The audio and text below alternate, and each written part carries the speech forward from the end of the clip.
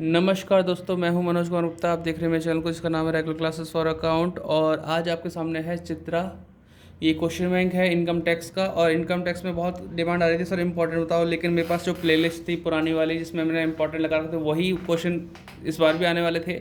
लेकिन बच्चों ने कहा फिर भी आप लगा दो, तो मैं इसमें मैंने क्वेश्चन बैंक मंगवाया भाई से, स्टूडेंट से, जिसको ये चित्रा वाला क्वेश्चन बैंक मिला है। और इसी के मैं निशान लगा रहा हूँ। लेकिन अब जो जिनके पास स्वाति रिफ्रेशर है वो कैसे लगाएंगे, वो इसमें से देखकर जो क्वेश्चन मैं लगाऊंगा उसी को अपने उसमें सर्च करें, उन्हीं क्वेश्चन को, और उसमें लगा लें। ठीक है, क्योंकि भाई के पास अभी चित्रा ही है, स्वाति नहीं ला पाएगा ना भाई, एक ही बहुत है। ठीक है, कहाँ पढ़ पाएगा भाई। तो जिनका चित्रा है उनके लिए तो बेस्ट हो गया। बाकी स्वाति वालों के लिए वो जो मैं निशान लगाऊंगा उसमें से देखकर वो लगा सकते हैं। ठीक है, इसीलिए मैं लाइव नहीं बता रहा, सिर्फ रिकॉर्डेड वीडियो जिसमें आराम से रहा है। और कुछ बच्चों की एक कमेंट आ रहा है कि मेरी कुछ वीडियो में आवाज़ कम आ रही है। तो मैं बताना चाहूँगा, मैंने उन वीडियो को अपने फ़ोन में प्ले करके देखा, आवाज़ नॉर्मल थी, बढ़िया थी। आप एक बार हेडफोन लगाकर प्ले जरूर करें, क्योंकि हाउस प्रॉपर्टी के क्वेश्चन थे वो, नई वाली प्ले लिस्ट। तो चेक करना है यार, सच में वैसा ही है या कुछ और है, दिक्कत है। ठीक है, तो शुरुआत करते हैं। और ध्यान रखो, जिस क्वेश्चन पर मैं लिखूँगा रीड मतलब उसे पढ़ लेना है ढंग से, है ना, ध्यान रखना है। और जिस पे इंपॉर्टेंट वेरी इंपॉर्टेंट लिखेंगे मतलब वो पेपर में आने वाले हैं। तो 3 कैटेगरी के निशान होंगे। और मोस्टली रीड तो सब पे ही होगा कि पढ़ना तो तुम्हें पूरा ही है। अगर मैं क्वेश्चन बैंक की बात करूँ, सारा ही पढ़ना ज़रूरी है। ऐसा नहीं कि अगर मैंने कुछ चीज़ छोड़ दी और आपने नहीं पढ़ी और पेपर में आ गई तो दिक्कत है। क्योंकि हम भी गैस करते हैं कि ये क्वेश्चन हर एक पेपर सेट करने वाले को ये देना चाहिए इस हिसाब से। ठीक है, तो शुरुआत करते हैं। यूनिट 5 है, तो इसमें न्यूमेरिकल वगैरह सब कुछ जो होंगे, मुझे इंपॉर्टेंट लगेगा, पेपर में आ सकता है, तो मैं लगा दूंगा। चित्रा क्वेश्चन बैंक की खास बात ये होती है कि जो पहला क्वेश्चन होता है चैप्टर का, मतलब इसका, जैसे अभी लघु दे रखे हैं, लघु मतलब शॉर्ट दे रखे हैं यहाँ पे। ठीक है, लॉन्ग बाद में दे रखे होंगे। तो शॉर्ट क्वेश्चन में देखते हैं कि क्या लिखा है इसमें। आयकर को दिख पा रहा है इसमें तुमसे। आयकर को स्पष्ट कीजिए। गत वर्ष की आय पर क्या था, आयकर गत वर्ष की आय पर लगता है अपवाद लिखिए, मतलब एक्सप्लेनेशन कीजिए। गत वर्ष की आय पर आयकर निर्धारण वर्ष में करयोग है, विवेचना कीजिए। इस तरह के ये 2 क्वेश्चन दे रखे हैं, इसमें से कोई भी एक क्वेश्चन आ सकता है। सिर्फ मैं इस पर रीड लिखूंगा, इंपॉर्टेंट नहीं लिख रहा हूँ, पढ़ लेना इसको, क्योंकि इसका आंसर यहाँ से यहाँ तक दे रखा है। ठीक है, पढ़ना ज़रूरी है। अब ये जैसे व्यक्ति से आशय, ये इम्पॉर्टेंट है। ये बीच वाला जैसे रह गया, तो इन्हें पढ़ना ज़रूर है, छोड़ना कुछ नहीं है। मैं हल्का सा निशान ऐसे लगा रहा हूँ जिसे आप पढ़ लो। ठीक है, पलटते हैं पेज। बाकी इंग्लिश में देखते हैं। What who is an individual income tax on income and not on receipt. ठीक है, इनकम पे लगाते हैं, ना कि रिसिप्ट लगाते हैं, प्राप्तियों पे। ठीक है, इन्हें पढ़ लेना जरूर। लैंग्वेज अच्छी चित्रा की, ऐसी याद हो जाएगी। कुछ वीडियो बड़ी हो सकती है लेकिन देख लेना। ठीक, अब who is an SSC important है। कौन करदाता होता है वो बता रखा है। करदाता किस आय पर कर लगाया जाता है, सिर्फ रीड कर सकते हो, इस पर मैं इंपॉर्टेंट नहीं। माना वो करता, ये इंपॉर्टेंट है। SSC in default important. Gross total income सिर्फ रीड करना है। ठीक, ऑलमोस्ट सारे ही निशान हो गए, लेकिन जिससे इंपॉर्टेंट नंबर का ये 4 नंबर वाले तो को छोटा दे रखा है, इतना लिखा है हम, इतना ही लिखना है। ज़्यादा फालतू लिखोगे तो नंबर कटेंगे। जितना पूछा उतना लिखो, ज़्यादा एक्स्ट्रा मत लिखना आप। नहीं 4 नंबर में इतने वर्ड लिखने पड़ेंगे हम। हाँ, इतना तो लिखना पड़ेगा, है ना। अब ये लिखा कृषि आय से इनकम, ये कभी कभी आता है, कभी कभी नहीं आता। तो इसका तो ऐसी है, रीड कर लो, हर बार रिपीट नहीं होता। ये ग्रॉस, ये इनकम में अंतर दे रखा है, ग्रॉस टोटल इनकम में अंतर। तो ये भी सिर्फ रीड करने लायक है, इंपॉर्टेंट नहीं बोल सकते। इन पे मैं ध्यान नहीं दे रहा, वैसे आप पढ़ जरूर लेना। आकस में कैजुअल इनकम क्या होती है, इंपॉर्टेंट है। ये कुछ चीज़ें दिख तो पा रहा होगा बेटा आप, है ना। ठीक, मैं पेज पलटता हूँ। हाँ, ये है टैक्स अवॉइडेंस, कर बचाव कैसे करते हैं। ठीक है, तो ये पढ़ना ही है वैसे इंपॉर्टेंट। ये बहुत पहले के ज़माने में बहुत ज़रूरी था, आते थे, लेकिन इनके बारे में जानकारी होनी ज़रूरी है। आप पढ़ लोगे तो आपको कल को दिक्कत नहीं होगी कि टैक्स अवॉइडेंस क्या होता है और टैक्स इवेजन में डिफरेंस क्या है, ये सब पढ़ना है। कर की चोरी बोलते हैं इसे, है ना। ये भी डिफरेंस है, सिर्फ पढ़ना है, इसमें रीड करने के लिए बोलूँगा, इम्पोर्टेंट इसमें कोई भी नहीं है, सिर्फ रीड। लेकिन ये जानकारी के लिए, क्योंकि पहले ये थ्योरी में भी लिख के आता था, अभी हटा दिया थोड़ा सा। कब मिलता है, अब मानी गया है डीम्ड इनकम, ये इंपॉर्टेंट है, ये लॉन्ग क्वेश्चन आ गया, यहाँ से लॉन्ग क्वेश्चन स्टार्ट कर दिया इन्होंने। मानी गई इनकम ये इंपॉर्टेंट है, कृषि इनकम, ठीक है। आपको बता दूं, जो इनकम टैक्स का लॉन्ग क्वेश्चन होता है 8 क्वेश्चन होते हैं, ठीक है। एक क्वेश्चन के बदले न्यूमेरिकल, जैसे एक थ्योरी दे दी, एक न्यूमेरिकल दे दिया, ऐसे एक थ्योरी एक न्यूमेरिकल, एक थ्योरी एक न्यूमेरिकल, ऐसे 4 सेट होते हैं, मैं 4 खंड बोलता हूँ हिंदी में। तो उसमें एक खंड में ऐसा होता है कि थ्योरी बट से थ्योरी मिलती है, ठीक है। 3 में ऐसे मिलते हैं जहाँ पे एक न्यूमेरिकल और उसके बदले में थ्योरी। तो थोड़ा ध्यान रखना, थ्योरी अच्छी है, इंपॉर्टेंट है, कर जाओ, बुरे वक्त में वही काम आती है, ठीक है। कभी कभी क्वेश्चन ऐसा फंस जाता नहीं हो पा रहा किसी से, तो थ्योरी करके काम चला लेता है। और इनकम टैक्स की थ्योरी में नंबर नहीं कटते, अच्छे से लिखने वाला हो तो पूरे पूरे नंबर मिलते हैं।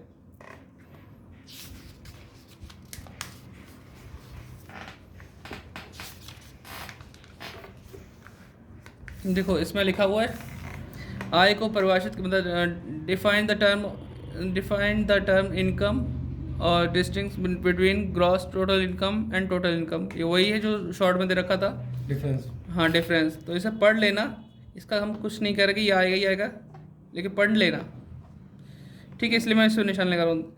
इसमें लिखा अगला जो यूनिट है, explain exempted income from tax, ठीक है। 10 कर मुक्त 10 एग्जेम्प्टेड इनकम फ्रॉम टैक्स बताना है, और यहाँ पे 4 बताना है। तो इन्हें आप पढ़ लो, ये कोई ऐसा नहीं कि इम्पोर्टेंट हो, रीड लिखूँगा। और हमेशा ध्यान रखना, जो लास्ट ईयर पेपर आया ना उसकी थ्योरी तो बिल्कुल करना, क्योंकि लास्ट ईयर के पेपर से कम 30% रिपीट होता है। जो पेपर जिस तरह के पीछे दे रखा है ना, इसका पेपर जिधर जो थ्योरी है वो तो करनी ही करनी है, उसमें से 40% 30% तो वही रिपीट होता है, क्योंकि ये लोग मेहनत नहीं करते पेपर बनाने में। ये 2-3 साल के पेपर अगर किसी ने कर लिया तैयार, तो वो उसी में से चेप देंगे, 2 क्वेश्चन इसमें 2 क्वेश्चन इसमें, ऐसे ऐसे करके बहुत कम मेहनत करते हैं। ये तो इतना ऑब्जर्व कर लिया, इसलिए 2-3 साल के पेपर, अगर कोई 10 ईयर लेके बैठा हुआ है तो समझो पेपर लेके बैठा हुआ है, 3 साल के पेपर कर लेगा तैयार तो कम बिल्कुल सही हो जाएगा। लेकिन फिर भी चित्रा जो दे रखी है उसको पूरा पढ़ना। अब ये देखा, ये है ठीक ठाक सा, इंपॉर्टेंट बोलूँ कि ना बोलूँ, लेकिन normal. Partly tax exempted income कौन सी होती है? पार्टली क्या होता है? मतलब पूरी तरह से एग्जाम्प्ट नहीं होता, आधा अधूरा, ठीक है। जैसे HRA वगैरह होता ना, हाँ, कुछ हद तक एग्जाम्प्ट, कुछ टैक्सेबल, ठीक है, इस टाइप से। और निवासियों के प्रकार, ये अगर लॉन्ग में आएगा तो ज़रूर आएगा, शॉर्ट में देखो बहुत कम चांस है, ये रीड कर लो। जैसे 3 प्रकार निवासी होते हैं, रेजिडेंट, है ना, और रेजिडेंट के अंदर होता है ऑर्डिनरी रेजिडेंट, नॉट ऑर्डिनरी, और एक होता है नॉन रेजिडेंट। 3 तरह के, वो पढ़ लेना ऐसे सिर्फ, है ना। ये अगर लॉन्ग में हुआ तो मैं मोस्ट इंपॉर्टेंट बताऊँगा, आएगा ही आएगा, ठीक है। जैसे ये क्वेश्चन है 4 नंबर में आता है, श्री ओम प्रकाश, जो मतलब इसकी जगह कुछ भी हो सकता है। जैसे मैंने इस चैप्टर के 11 क्वेश्चन कराए हैं शॉर्ट में से, शॉर्ट क्वेश्चन के, जो देखे थे कि वे निवासी है कि नहीं है, कितने दिन इंडिया में रहा। इनको आप हिंदी में भी कर सकते हैं सॉल्यूशन को, इंग्लिश में भी कर सकते हैं, ठीक है। तो इसको कर लेना तैयार, इस तरह के वो कितने दिन इंडिया में रहा, प्रीवियस ईयर में कौन सी कंडीशन ने पूरी करी, कौन सी नहीं की, ठीक है, इस तरीके से, ठीक बेटा। ये 5वां क्वेश्चन है, ये इम्पॉर्टेंट है।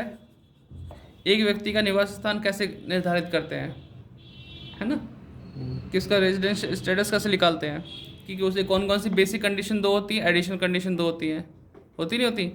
बेसिक कंडीशन 182 डेज और उससे ज़्यादा रहना चाहिए। दूसरी होती है कि 60 दिन प्रीवियस ईयर में, या उससे पहले 365 दिन, ये बेसिक हो गई। एडिशनल तुम्हें पता ही है, 10 साल में 2 साल, 7 साल में 730 दिन इंडिया में रहना चाहिए। तो ये छोटे छोटे जो क्वेश्चन है, ये वही क्वेश्चन है कि निवासी अनिवासी में इन पर टिक लगा लेता हूँ, तैयार कर लेना। किस्मत अच्छी रही तो सेम टू सेम कोई ना कोई छप जाएगा। एक बच्चे ने मेरे से कमेंट किया था कि स्लैब जो है ना, इनकम टैक्स की स्लैब वाला वीडियो बनाओ, तो भैया उसके लिए क्वेश्चन दे रखा है, ये इसे तैयार कर लो। What is the income tax rate for assessment year 21-22 के लिए? ये स्लैब है वरिष्ठ नागरिक के लिए, 60 साल से 80 साल के बीच वालों के लिए, और ये स्लैब है 80 साल से ऊपर वालों के लिए, पहले 5 लाख पे माफ़, फिर अगले 5 लाख पे 20%, अगले शेष पे 30%। और अन्य व्यक्ति जो 60 साल से कम के हैं, जैसे आप चाहे मेल हो या फीमेल हो, उनके लिए पहले 2.5 लाख पे 0, अगले 2.5 लाख पे 5, अगले 2.5 लाख पे 20, और ज़्यादा तो नहीं बोलते, 2.5 लाख, पहले 2.5 लाख पे तो हमारे 0 है, अगले 2.5 लाख पे 5 है, ठीक है, अगले 5 लाख पे 20% और शेष पे 30%, इस तरह से है, ठीक है। और ये देखो, यदि भारत में निवासी एक व्यक्ति की कुल आय 5 लाख से अधिक नहीं है तो देय आयकर में से 5,000 तक की कटौती मिलेगी। कितनी मिलेगी? 5,000, 5,000 तक की, हाँ, ठीक है, रिबेट टाइप की मिलेगी। कोई दिक्कत तो नहीं है? 5,000 तक की, पहले तो ज़्यादा थी इस पर। अब सरचार्ज देखो कितना है इसमें, सरचार्ज के बारे में देखा है 10, ये सरचार्ज ऊपर लें 10% है यदि 50 लाख से अधिक है, ठीक है। ये होता है अगर किसी का 50 लाख से ज़्यादा है तो उसे सरचार्ज भी देना पड़ता है, ठीक है, 10%। और यहाँ पे 15% है जब 1 करोड़ से अधिक हो। इस तरह से अपने देख लेना, सीमांत राहत, मार्जिनल रिलीफ, ये शिक्षा पर 4% होता है, एजुकेशन सेस इसमें 3% शिक्षा के लिए, 1% स्वास्थ्य के लिए। तो इसे कर लेना तैयार, क्योंकि ये क्वेश्चन लॉन्ग में तो पक्का आने की उम्मीद होती है, शॉर्ट में नहीं। तो चलो मैं फिर आगे बढ़ता हूँ। हाँ, कर निर्धारण वर्ष क्या है, ये शॉर्ट में आता है, तैयार कर लेना। रीड लिख रहा हूँ।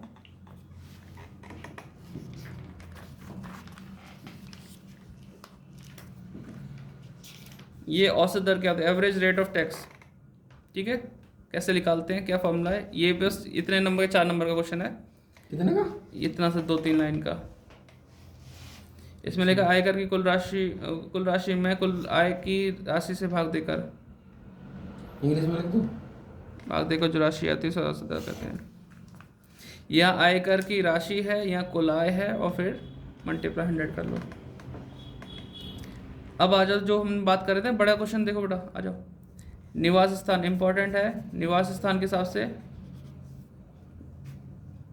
सुना भाई, रेजिडेंस स्टेटस में जो बोलते हैं कि कैसे फाइंड आउट करते हैं, क्या क्या कंडीशन होती है, ये पूरा इंपॉर्टेंट है, लगा लेना। अब आते हैं, इसी में क्वेश्चन भी दे रखे न्यूमेरिकल। देख बेटा, अगर आपको सेम टू सेम मिल जाए तो अच्छी बात है। ये हिंदी में ही दे रखा है, इंग्लिश में है कि नहीं? इसमें इंग्लिश में अगले पेज पे मैं उसे दिखा दूंगा, तो स्क्रीनशॉट लेते रहना। ये ऐसे क्वेश्चन है, तैयार कर लेना आप लोग, वो तो पता है ना? निवासी वाला। हाँ, एक पंजीकृत फर्म से लाभ दे रखा 10,000 रुपये, तो कैसे दिखाओगे? इंग्लिश में देखो, share in profit registered from, ये share in profit of registered firm, जो फर्म से प्रॉफिट मिलता है उसको कहीं नहीं आता, एग्जाम्प्ट रहता है। ये कुछ नए नए पॉइंट मिलेंगे। डिविडेंड फ्रॉम इंडियन कंपनी होती है, तीनों मैंने लगी है। तो मैं यहाँ पे देखो, ये इंपॉर्टेंट मैंने बताया, अच्छा मतलब तैयार कर लो उसे। ये हिंदी में है और यही चीज़ इंग्लिश में है, तो आप चाहो तो स्क्रीनशॉट ले सकते हो पॉज करके, दिख तो रहा है भाई, है ना? सॉल्यूशन भी है, तो इनसे ही तैयारी कर लोगे। अगर वीडियो पॉज करके तो भी हो जाएगा। तो ये सारे मैं सही लगा रहा हूँ निशान, इनमें कोई भी फंस सकता है। सब में ही नॉर्मल है, जिसने चैप्टर कर रखा है उसके लिए कोई क्वेश्चन अलग नहीं है, सब एक जैसे ही लगेंगे जिसने चैप्टर कर रखा है, क्योंकि उसे तरीका पता है, ठीक है। तो सारे क्वेश्चन लगा रहा हूँ मैं, इन्हें तो छोड़ना मत, क्योंकि चित्रा की खासियत ये होती है कि इसमें से क्वेश्चन फंस जाते हैं सेम टू सेम चित्रा खाती से। बस ये 2 इंपॉर्टेंट होते हैं हमारे पास, ठीक है। पाकिस्तान वाला ये मैटर, ठीक है यार, फोकस नहीं कर रहा है, हाँ कर लिया। तो वीडियो पॉज करके तैयारी भी कर सकते हो, कौन से आइटम कहाँ आ रहे हैं। यूनिट 3 स्टार्ट हो गई। ग्रेच्युटी के प्रावधान मुश्किल है, इतना नहीं पूछता कोई। अनुलाभ किसे कहते हैं, ये ज़रूरी पूछता है, इम्पोर्टेंट। मनोरंजन भत्ता इम्पोर्टेंट है, कैसे से निकालते हैं? एंटरटेनमेंट अलाउंस, हाँ, सैलरी थ्रू की, ठीक है। और फिर मकान किराए भत्ते से ये 4 क्वेश्चन आएगा भैया, हेड्स ऑफ इनकम्स कितने हेड्स होते हैं, वो चित्रा के लास्ट पेपर में आया था, वो इम्पोर्टेंट। तो 5 हेड होते हैं, जिसे नहीं पता अगर इसमें हो तो उसमें चित्रा लिख देना बस। तो ठीक है, अगर इसमें तो स्टार्टिंग में मिलना था, वो तो नहीं मिला इसमें। तो इसमें ही आएगा ना हेड्स ऑफ सैलरी। नहीं, वो पहले बेसिक में ही आता है, लेकिन इसमें दे नहीं रखा। लेकिन तुम्हें बता दो 5 तरह की इनकम हमें मिलती है, हेड्स 5 होते हैं। सबसे पहले इनकम फ्रॉम सैलरी, ठीक है। Income from house property, capital gain, business profit, profession वाला जो है, और अदर सोर्सेज। एक्सप्लेन करने का एक्सप्लेन करते हैं। हाँ, अदर्स में क्या होता है? अरे जो मतलब 4 हेड से अलग जहाँ से भी मिल जाए, अच्छा 4 हेड के अलावा, जैसे घोड़े में जैसे सट्टेबाजी से मिल गया, कुछ हॉर्स रेसिंग से ये बैटिंग कर ली, केबीसी जीत लिया, इस टाइप का अच्छा इंटरेस्ट वगैरह मिल के सेविंग इस तरह से। तो ठीक है, तो ये हमारे अनुलाभ दे रखे हैं, इन्हें पढ़ लेना। ठीक है, प्रोविडेंट फंड को समझाइए, इसे पढ़ना है सिर्फ। और कैसी संपत्ति, ब्लॉक ऑफ एसेट्स पढ़ लो, सिर्फ पढ़ना है। ये तो नहीं आएगा। हाँ, मकान किराया भत्ता की व्याख्या करनी है, तो ये हाउस रेंट अलाउंसेस कैसे निकालते हैं, ये इंपॉर्टेंट है। प्रावधान पूछ सकता है, कुछ भी पूछ सकता है इन दोनों में से। ठीक,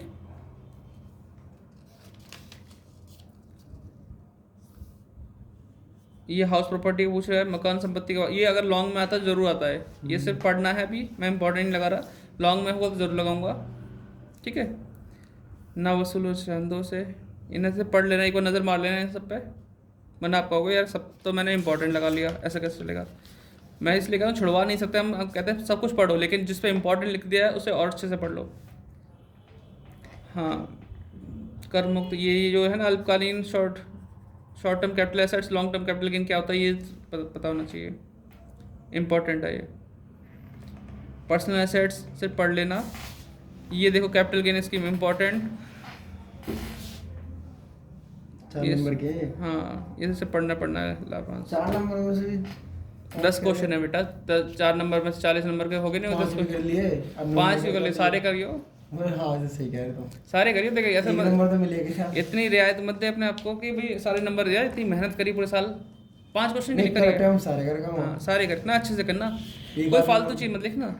अरे नहीं, अटेम्प्ट तो कर 1 नंबर तो देगी, छोड़ने से बढ़िया। छोड़ना तो है नहीं, इसलिए कहता हूँ कि एक चीज़ बताऊँ बच्चों, अगर हमने सब कुछ पढ़ा हुआ है, जैसे मैंने कहता हूँ सब चीज़ पढ़ लो, भले ही याद रहे ना रहे, लेकिन अगर पढ़ी हुई चीज़ है तो याद आ ही जाती है कभी ना कभी टाइम पे, तो तुम बना के भी लिख सकते हो। और कोई चीज़ पढ़ी ही नहीं है तो तुम क्या बनाओगे, फिर तो वही होता ना कि क्वेश्चन कुछ और है, हम गाना लिख के आ रहे हैं उसमें ये लिख के आ रहे हैं। ऐसा बहुत होता था हमारे टाइम में, बच्चे करते थे कि कोई नई गाना ही लिख दिया, क्या लिख दिया। ये तो फायदा था, हाँ टिक मार को नहीं होता। अरे बहुत है ऐसा। कर मुक्त प्रतिभूतियाँ नहीं है इसमें, और भी विभिन्न प्रोविडेंट फंड, ये सिर्फ पढ़ लेना। देखो ये मैं नहीं कहता इससे विभिन्न, ये जानकारी होनी चाहिए बस, लेकिन ये इतना बड़ा क्वेश्चन नहीं आता प्रोविडेंट फंड का। ठीक है, लॉन्ग क्वेश्चन में राइट मार रहा हूँ सिर्फ पढ़ने के लिए कि प्रोविडेंट फंड कितने प्रकार के हैं। ये हमारे 4 दे रखे हैं, statutory provident fund, recognise provident fund, unrecognise और पब्लिक प्रोविडेंट फंड। भत्ते, ये भत्ते अब इम्पोर्टेंट हैं। ठीक है, अलाउंसेस के बारे में ये आएगा, ये सैलरी के बदले क्वेश्चन आता है, सैलरी का एक क्वेश्चन आएगा, बदले में थ्योरी आएगा, तो ये अलाउंसेस पूछ सकते हैं उसमें से, इम्पोर्टेंट इसलिए है। ठीक है, इसमें सब कुछ आ जाता है। हाँ, अरे 3 देखो उसमें दे रखा ना, 3 तरह के भत्ते होते हैं। पहले तो टैक्सेबल होते हैं, जैसे कि महंगाई भत्ता, वेतन वगैरह, टिफिन भत्ता है, CCA वगैरह, नौकर भत्ता, ये सब। फिर होते हैं आपके पार्टली एग्जाम्प्ट या पार्टली टैक्स फ्री अलाउंसेस, जिसमें हम HRA वगैरह यूज़ करते हैं। होता है हमारी ये फुल्ली एग्जाम्प्ट। ठीक है, और फुल्ली एग्जाम्प्ट होते हैं। फुल्ली एग्जाम्प्ट सब माफ, उसको बना के भी लिख दूंगा। ठीक ठीक। अनुलाभ, ये भी एक थ्योरी है। देखो 2 ही चीज़ में थ्योरी में आते हैं, एक तो अलाउंसेस और एक होता है परक्यूजेट। परक्यूजेट की परक्यूजेट क्या होता है, जैसे मतलब जो कैश मिल गया वो अलाउंसेस, और कैश के अलावा जो सुविधा मिल गई, जैसे रहने के लिए घर मिल गया है, नौकर मिल गया, HR मिल गया, तो नहीं HRA तो अलग हो गई, लेकिन ग्राउंड अलग, दोनों का ट्रैवलिंग लाइसेंस जो मिल गया हमारा, घूमने का सब कुछ खर्चा वो तो विजिट, वो तो पैसा मिला ना, जो हमें सैलरी में मिला के देते हैं। हाँ सैलरी में दोनों चीज़ मिला के देते हैं। अगर तुम्हें मिल गई कैश में चीज़ मिल रही है तो अलाउंसेस है, और सुविधा मिल रही है, जैसे बस में घूमने की सुविधा मिली, पैसा से हमसे कोई नहीं ले रहा। वही तो कह रहा हूं, ट्रैवलिंग जैसे कि हो गया, हाँ जैसे विजिट हो गया, हाँ ट्रांसपोर्ट सिस्टम के अलाउंसेस में इस तरह से मिलेगा घूमने फिरने का, तो वो चीज़ है हमारी। ठीक है, तो वो परक्यूजेट में आ जाता है। पैसे हमसे नहीं लिए गए लेकिन सुविधा मिली, रहने के लिए मकान मिला, बच्चों की पढ़ाई के लिए मिला, खाने की सुविधा मिली, इस टाइप से। तो ये हो गया परक्यूजेट, जरूर पढ़ना, इम्पॉर्टेंट है। और जो दिख रहा हो तो इसी में पढ़ लें, वीडियो रोक के पूरा काम हो जाएगा चित्र पढ़ने के लिए। अगर हिंदी वाला तो पढ़ भी सकता है। और ये है जब समय ख़राब होता है तो ऐसे क्वेश्चन दिए जाते हैं, रेंट फ्री एकोमोडेशन और फैसिलिटी ऑफ कार, इनके बारे में पूछा जाता है। वैसे बहुत कम रेयर चांस है ये थ्योरी 15 नंबर में आए, लेकिन आगे तो आपके सही है, कर भी लोगे आप। रेंट फ्री हाउस आप देख लो, ये पढ़ने का है हिसाब किताब है, स्क्रीनशॉट लेके पढ़ भी सकते हो वीडियो पॉज करके, इसलिए मैं रिकॉर्डेड बना रहा हूँ। कार की सुविधा देखो बेटा, ये मेरे टाइम में भी क्वेश्चन आया था। ये तीनों क्वेश्चन हैं, इनमें से कोई भी क्वेश्चन दे सकता है। जैसे कि हम कहते हैं एनुअल वैल्यू कैसे निकालते हैं, हाउस आपको पता होगा एनुअल वैल्यू कैसे निकालते हैं। हाउस प्रॉपर्टी वाला चैप्टर पढ़ा आपने, पढ़ा नहीं पढ़ा? उसमें एनुअल वैल्यू निकाली जाती थी, expected rent, gross annual value वगैरह, और ये सब कुछ है ना, उस तरीके से। तीनों में से एक फंस सकता है। हाँ, कोई भी नाम से पढ़ से, लेकिन है हाउस प्रॉपर्टी से ही। तो आप इसे निशान देख लेना, इम्पॉर्टेंट है तीनों के तीनों। ये हाउस प्रॉपर्टी का जो क्वेश्चन आएगा न्यूमेरिकल, उसके बदले में थ्योरी आती है, और यही आती है किसी भी की है इनमें से।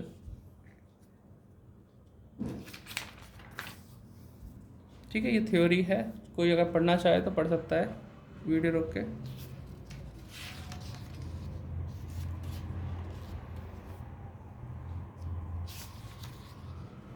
ठीक है, ओहो हाँ फिर लिया,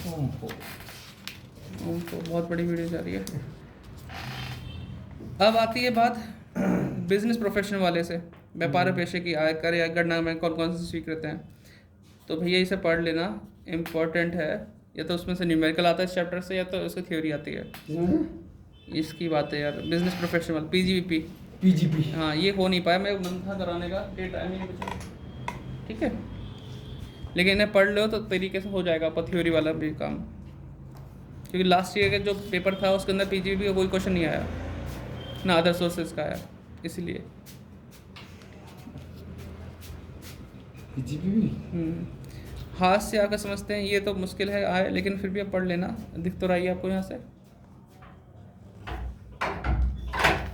1080p में लगा के सेट करके प्ले करना वीडियो। पूंजी लाभ, कैपिटल गेन, ये इंपॉर्टेंट है। कैपिटल गेन के बदले में जो थ्योरी आती है वो इनमें से आ सकती है ना। लॉन्ग क्वेश्चन है, इसलिए ध्यान से करना। तो लॉन्ग पढ़ लो, शॉर्ट अपना हो जाएंगे। लॉन्ग पढ़ लो तो, लेकिन फिर भी आप दोनों चीज़ को अपना इंपॉर्टेंस देंगे। रीड करते जाएंगे। अरे इसमें तो ज़्यादा मैं डिफरेंस पढ़ूंगा। अबे यार, ये तो चिपक गया पेपर।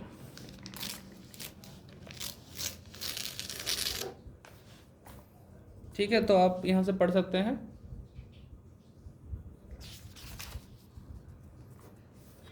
ठीक है, आयकर में प्रयोग पूंजी लाभ शब्दों से वापस नहीं, ये नहीं आएगा। फिर भी आप पढ़ लेना, मैं ऐसा नहीं कर रहा, ऐसे टीचर की वो पसंद नहीं होता है। फिर भी आप एक बार पढ़ना चाहो तो पॉज कर पढ़ लेना। क्या चीज़? ये वाला क्वेश्चन टीचर को पसंद नहीं आता। चल वो टीचर ऐसा होता है, जैसे ये है अदर सोर्सेज से पूछा इसने, ये एक बार पूछ सकता है कि हाँ अदर सोर्सेज के अगर क्वेश्चन के बदले थ्योरी देना तो ये दे सकता है। रीड करना इंपॉर्टेंट नहीं कहूँगा, रीड कर लेना। अन्य साधनों से, जैसे तूने कहा ना अदर सोर्सेज में क्या आता है, डिविडेंड वगैरह ये सब जो मिलते हैं। सोर्सेज का है? हाँ, अदर सोर्सेज पढ़ लियो भाई, है ना। क्वेश्चन कई बहुत सारे में कह रहे ठीक है, आप तो मस्त ही आता है। हाँ, थ्योरी से कर लेना। अगर 5 नंबर पूछेंगे तो एक्सप्लेन करना पूछ लेंगे। ठीक है, कर लोगे तो ठीक।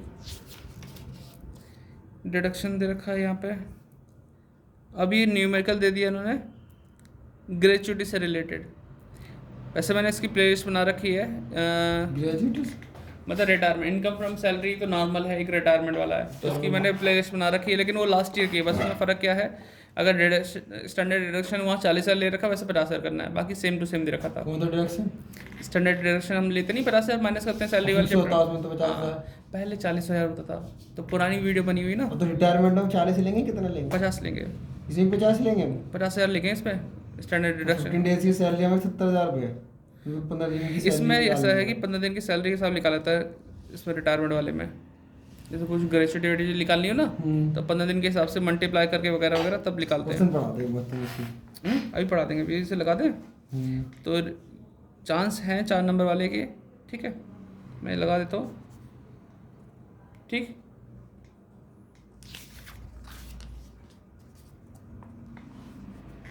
ये दे रखा है विनय की सैलरी से इनकम है, प्रोविडेंट फंड, ये देखो वही दे दिया जो पेपर में क्वेश्चन आया ना लास्ट के पेपर में, ये वही क्वेश्चन है। कौन सा? जो भी सैलरी का पढ़ा रहे अच्छा, थे। जो हमने 24,000 में दी थी, 24,000 दे रखा, और यही बुक में 2,000 क्वेश्चन की है। हमें डिडक्शन दे दी थी, सैलरी 26,000 हो गई हमारी, बुक 36,000 सुन सुन सुन सुन सुन तो सुन तो ले सुन तो ले। हाँ बुक में क्वेश्चन है ये 20वां नंबर पे हाँ। है ना बुक में, लेकिन वहाँ पे 2,40,000 दे रखा है, 20,000 का दे रखा है, अमाउंट जीरो बढ़ा रखी है उसमें, और यहाँ पे ये वही क्वेश्चन है जो पेपर में आया है। तो इसका सॉल्यूशन देख लेना कैसे कैसे करना है। तो इसमें लिखा है नेट सैलरी आफ्टर डिडक्शन 24, और आरपीएफ के पैसे जोड़ दिए तो कितनी सैलरी होगी 26,000। हाँ। बाकी इंटरेस्ट 9.5% था, माफ़ हो गया। हाउस रेंट अलाउंसेस की कैलकुलेशन करनी पड़ती है, जो यहाँ पे इन्होंने कर रखी है ना। 3600 है, 3600 प्लस करके दिखा दिया। यूनिट लिंक इंश्योरेंस प्लान में कंट्रीब्यूशन जो 10,000 एम्प्लॉय करता है पूरा पूरा टैक्सेबल होता है। हाँ, ग्रॉस सैलरी आ गई ना, हाँ, डिडक्शन तो ये ग्रॉस सैलरी आ गई। ग्रॉस सैलरी में से डिडक्शन आपका कितना होता है, 50,000 तक माफ़ होता है। 50,000 तक करता है डिडक्शन, लेकिन सैलरी तो यहाँ पे कहाँ पे कितनी है, 31,600, तो 50,000 तो होगी नहीं। तो कितना कितना हो जाएगा, जो इसकी अमाउंट है ग्रॉस सैलरी की वही डिडक्शन होगी, बाकी जितनी भी आएगी फिर हमारा आंसर नील आएगा। नील आ जाएगा। अगर वो 50,000 से कम हुई, हाँ, तो वो 50,000 से जितनी कम है वही वो हम सब माइनस नील हो करके जाएगा। नील हो जाएगा, समझ गए हम। क्योंकि डिडक्शन में चला गया ना सैलरी। अगर 51 में थे 1,000 हमारा आंसर। ठीक ठीक है, तो इस तरह से है ये। लेकिन ये आ चुका तो दोबारा तो आने से रहा, जो पेपर में आ गया दोबारा तो रिपीट करेगा नहीं टीचर। ऐसे नहीं है, हमारे 11वीं में पेपर वही लग गया था, सन भी नहीं बदली 11वीं थी, अलग है, लेकिन ये अब देखो उसके अलावा कौन सा लग सकता है, जैसे ये है रहमान वाला है ना, इसको आप लिख लेना, गवर्नमेंट टीचर वाला है हिसाब किताब। ठीक है, गाड़ी वाड़ी दे रखी है इसमें, वेतन दे रहा है इसमें। ठीक है, तो इसको तैयार कर लेना, ये पेपर में आ सकता है और इजी है बहुत। इसका सॉल्यूशन देखो, बताओ 15 नंबर ये 4-5 लाइन का दे रखा है। सैलरी दे रखी है, एंटरटेनमेंट अलाउंस दे रखा है, रेंट फ्री अकोमोडेशन दे रखा है, वैल्यू ऑफ कार दे रखी है, और ये आ गया। Taxable income salary. लेकिन एक गलती कर रखी है इसमें, टैक्सेबल इनकम से सैलरी आने के लिए पहले इसमें से 50,000 माइनस भी करना होता है, इन्होंने नहीं कर रखा है। टैक्सेबल सैलरी निकालने को बोली थी।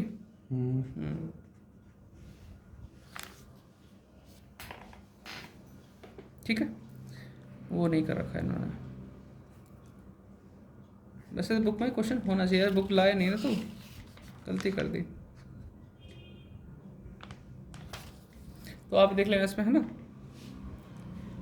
और ये कैसे निकालते हैं, हाउस रेंट अलाउंसेस ही 4 नंबर आ सकता है।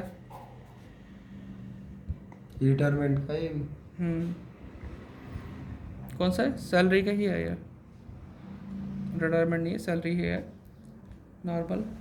ये सब तैयार कर लेना, जो जो क्वेश्चन दिख रहे हैं, जो तुमसे हो रहा है। पेंशन वाला करा था ना। हाँ 10,000 में पर मंथ दे रखी है, 10 मंथ की। हाँ, तो कोई दिक्कत नहीं, 2 महीने पेंशन मिलती है, तो ऐसे 10 महीने काम करके क्या कर लिया उसने, रिटायरमेंट ले ली क्या।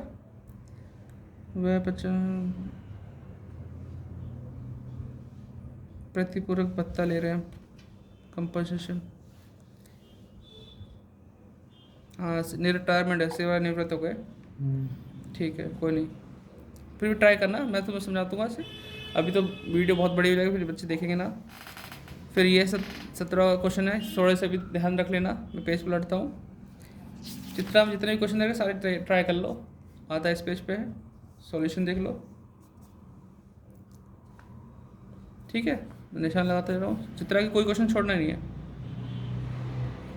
आप अपने सॉल्यूशन पॉइंट पढ़ के भी बता सकते हैं, क्लैरिटी अच्छी होगी इसमें। ठीक है, चेंज करो, लेट तो नहीं हुआ भाई, क्या बजे जाना होता है ऑफिस। बस होने वाला, थोड़े से पेज रह गए। ठीक है, जल्दी लगा लो।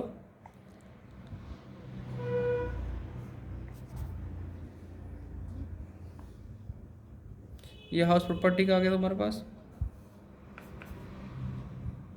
ठीक है, ये सब सॉल्यूशन कराऊंगा तुम्हें मैं तैयारी के तौर पे, जितने लगाए ना तैयारी तौर पे कराऊंगा तुम्हें। तो आप निशान लगा चुके होंगे। ये उसको जरूर करवाना, सैलरी रिटायरमेंट। हाँ, सैलरी रिटायरमेंट सब करा दूंगा। ठीक, हाउस प्रॉपर्टी जितने निशान लगा रहा हूँ सब देखना, ये सब अच्छे वाले हैं। ये जरूर नहीं है वो करो, वो जितने दे रखे नहीं सॉल्व करवा देना। ये नहीं सॉल्व करा दूंगा। एक दिन एक तो फंसी गई, कितने और में क्या? 10 में से एक तो देंगे। ठीक है, तो आप ये निशान लगाते रहिए, वीडियो तो बाद में बनती रहेगी, पहला काम ये तेरा है, तू पास होना, अच्छे नंबर लिखा है। ठीक है, वैसे भी वीडियो कोई नहीं देखता आजकल, सब छोड़ दिया ना देखना। ये आ गया कैपिटल गेन का शॉर्ट टर्म। ठीक है, तो इसमें एक तुम्हें दिखाना था, अभी यहीं से स्टार्ट हुआ है कैपिटल गेन, उससे पहले हाउस प्रॉपर्टी था, ठीक है, मकान, ये सारी चीज़ तैयार कर लेना। बहुत छोटे छोटे क्वेश्चन है भाई, देख ले इसे, कैपिटल गेन के 15 नंबर में आते हैं, लगा तो लिया दो होगा। लाइन के। और क्या, उनसे मतलब थोड़ी है, उन्हें तो क्वेश्चन सॉल्यूशन चाहिए, जितना हो उतना कर दो। 26वां ये रहा, जो पेपर में लास्ट टाइम आया था ना, वो ये था, बोनस शेयर के बारे में दे रखा था। बोनस शेयर को सेल किया, कॉस्ट ऑफ एक्विजिशन नील मानी इसमें, राइट शेयर को सेल किया, इस तरह से शॉर्ट टर्म लॉन्ग टर्म निकाल लिया।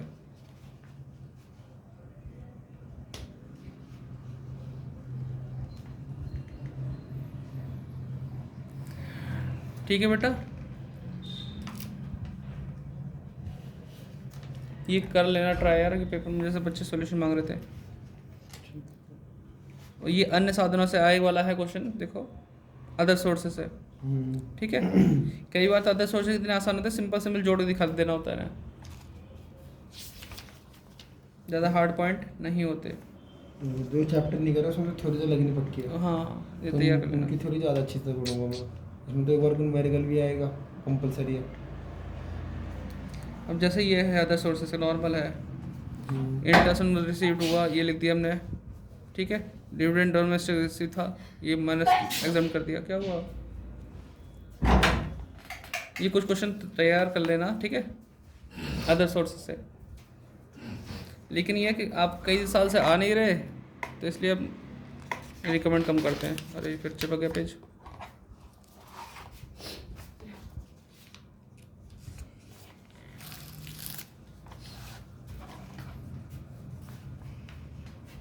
ठीक है, तो ये क्वेश्चन देख लेना सॉल्यूशन, ये इम्पोर्टेंट हो सकता है। देखो ऐसा कई साल पहले तक आया था ये, जिसमें सिर्फ इंटरेस्ट निकाल के दिखाना होता है, देख ले बेटा तू भी, ये इम्पोर्टेंट है, इंटरेस्ट निकाल के जोड़ के दिखा देना। मेरी गेट बंद ही कर देते। इस क्वेश्चन को मार्क कर लो, क्वेश्चन नंबर 30 है इसके अंदर। ये अगर 100 में मिलता है तो आप ये लगा लेना, तैयार कर लेना, और सॉल्यूशन देख लो कैसे से हो रहा है, ठीक है। जो तुम्हें 6% 5% हाँ, निकालना पड़ेगा, बस ये निकालना होता है इनमें, कोई गवर्नमेंट वाली हो तो उसे माफ़ कर दो, ठीक है। वो कन्फ्यूजन के लिए दे रखो।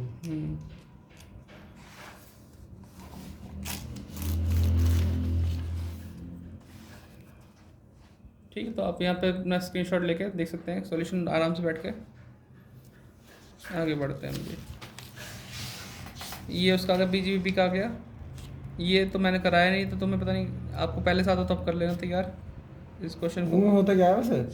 अरे बीजीबीपी मतलब बिजनेस प्रॉफिट वाला, प्रोफेशन में अगर प्रोफेशन जैसे लग रहा है, ये जैसे ट्रायल बैलेंस होता है।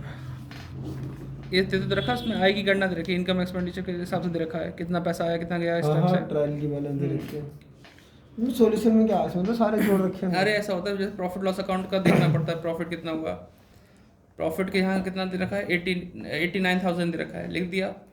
अब प्रॉफिट है, प्रॉफिट गिवन है, इसमें लिखते हैं ऐड आइटम डिसअलाउड, जो डिसअलाउड होते हैं।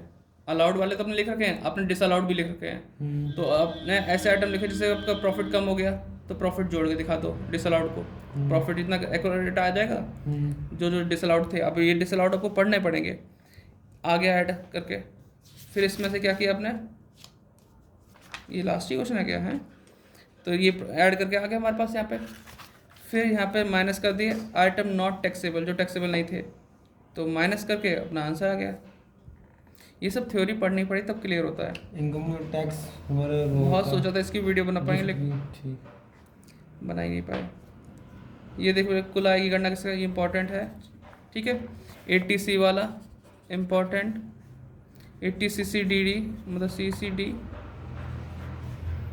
ठीक है। ये इम्पॉर्टेंट थ्योरी है 4 नंबर वाली, है ना, यूनिट 4 है ये। जा रहा है। तो देखो दोस्त, वो तो चला गया बच्चा हमारा, स्टूडेंट अपने जॉब पे जाना था, लेकिन ये निशान ज़रूर लगा लेना आप, ठीक है। CCD प्रावधानों का, फिर ये है 80D ये वाला तो रीड कर लेना, इस पर इम्पोर्टेंट नहीं कर सकते, ये आएगा नहीं आएगा, ठीक है। इट इज़, ये सब ये रीड करने वाली बात है।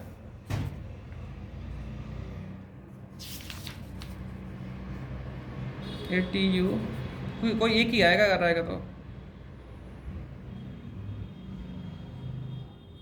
ये वाला सिर्फ रीड करना है इनके, क्योंकि मैंने कोई इंपॉर्टेंट वगैरह नहीं लिखा। पहले आता था ये इंपॉर्टेंट सा, लेकिन अब नहीं आता कि हानियों को आगे लेकर सेट ऑफ कैसे करते हैं लॉसेस को।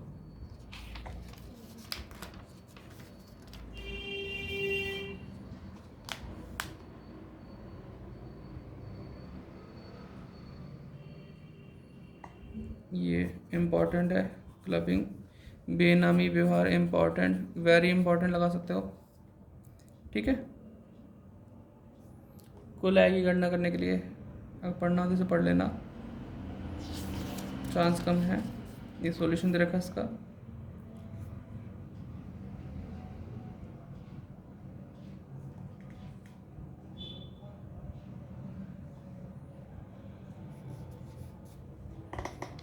इनमें से आता नहीं पेपर में। अब है फिफ्थ वाली हमारी यूनिट है, जो लाइट है, थोड़ी सी हल्की है, कम दिखाई दे रही होगी। रीड करना है, ठीक है, राउंडिंग ऑफ रीड, क्योंकि इनमें से कोई भी एक आ सकता है 4 नंबर में, ठीक है। राउंड ऑफ तो समझते ही हैं। अगर आपने नहीं देख पाया तो एक बार फिर से स्क्रीनशॉट ले लीजिए, फिर पढ़ लीजिए इसे, अगर हिंदी वाले बच्चे हैं तो आप। पैन नंबर इम्पॉर्टेंट, कई बार रिपीट होता है। ये सर्वोत्तम परिणाम, ठीक है। ये रीड करना है,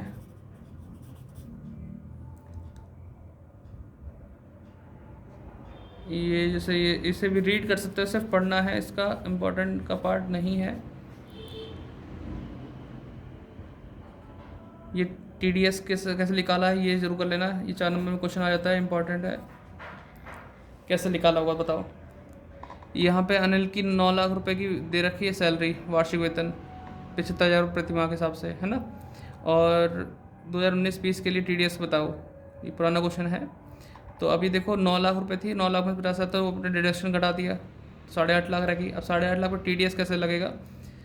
पहले 2.5 लाख पे नील, अगले 2.5 लाख पे 5%, अगले 2.5 लाख पे 10%, इस तरीके से 7.5 लाख का हमने यूज़ कर लिया, ठीक है। 8.5 लाख में 7.5 लाख का यूज़ कर लिया बच्चे, 1 लाख में 15% निकाला, ठीक है। ये न्यू रिजीम पे हमने किया है, नए वाले इस पे, ठीक है। 15% निकाला, और ये कितना आ गया तुम्हारे पास 15,000। फिर टोटल किया, ग्रॉस लायबिलिटी कितनी आई इस पर, टैक्स लायबिलिटी इतना, फिर 4% और जोड़ दिया, और फिर ये आ गया, ठीक है बेटा। इस तरीके से TDS निकाला गया। तो उम्मीद करता हूँ समझ में आया होगा, पेज पलट रहा हूँ।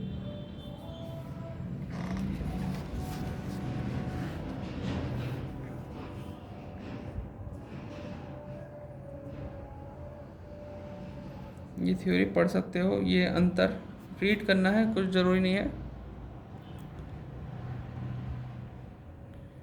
ये हमारे आयकर पदाधिकारी,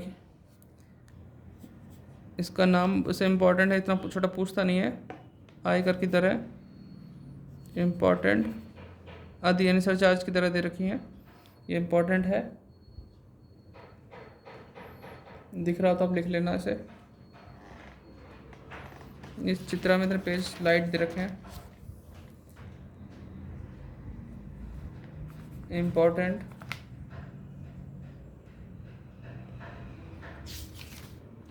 देख लो। किसी पढ़ना हो तो वीडियो रोक के आराम से पढ़ भी सकता है।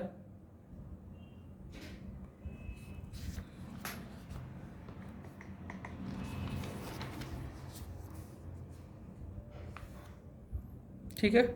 और ये भी इम्पोर्टेंट, सर्वोत्तम निर्णय का निर्धारण, बेस्ट जजमेंट असेसमेंट, है ना। लेकिन ये कई साल में 1-2 बार रिपीट होता है।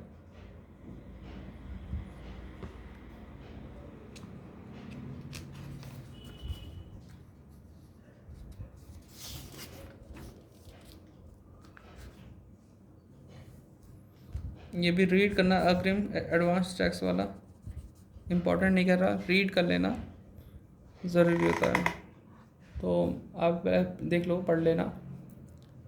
इतनी बड़ी वीडियो कैसे देखो, 40 मिनट की हो गई यार। परमानेंट अकाउंट नंबर इम्पोर्टेंट है।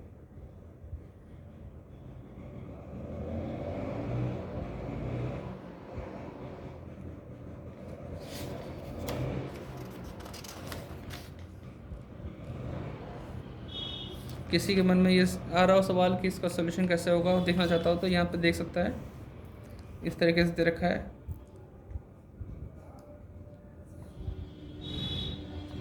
ये वाला क्वेश्चन इंपॉर्टेंट है, ये आ चुका है, ठीक है। लास्ट ईयर रिपीट हो चुका है, क्या था इस बार भी रिपीट हो जाए, ठीक है।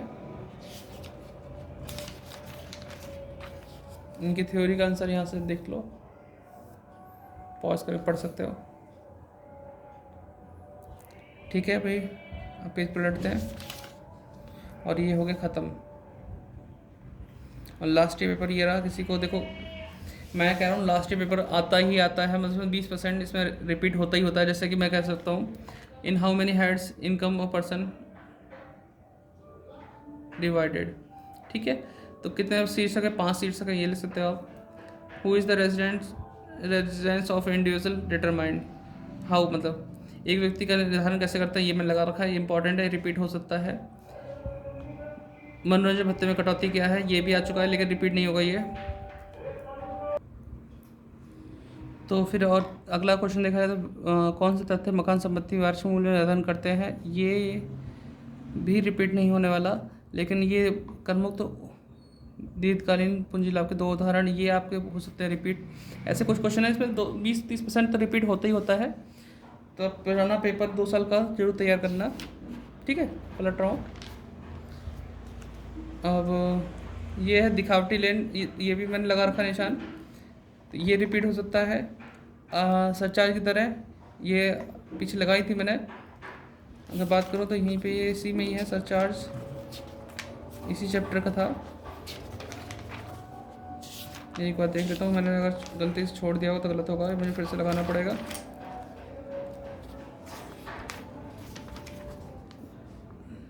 कहाँ गया,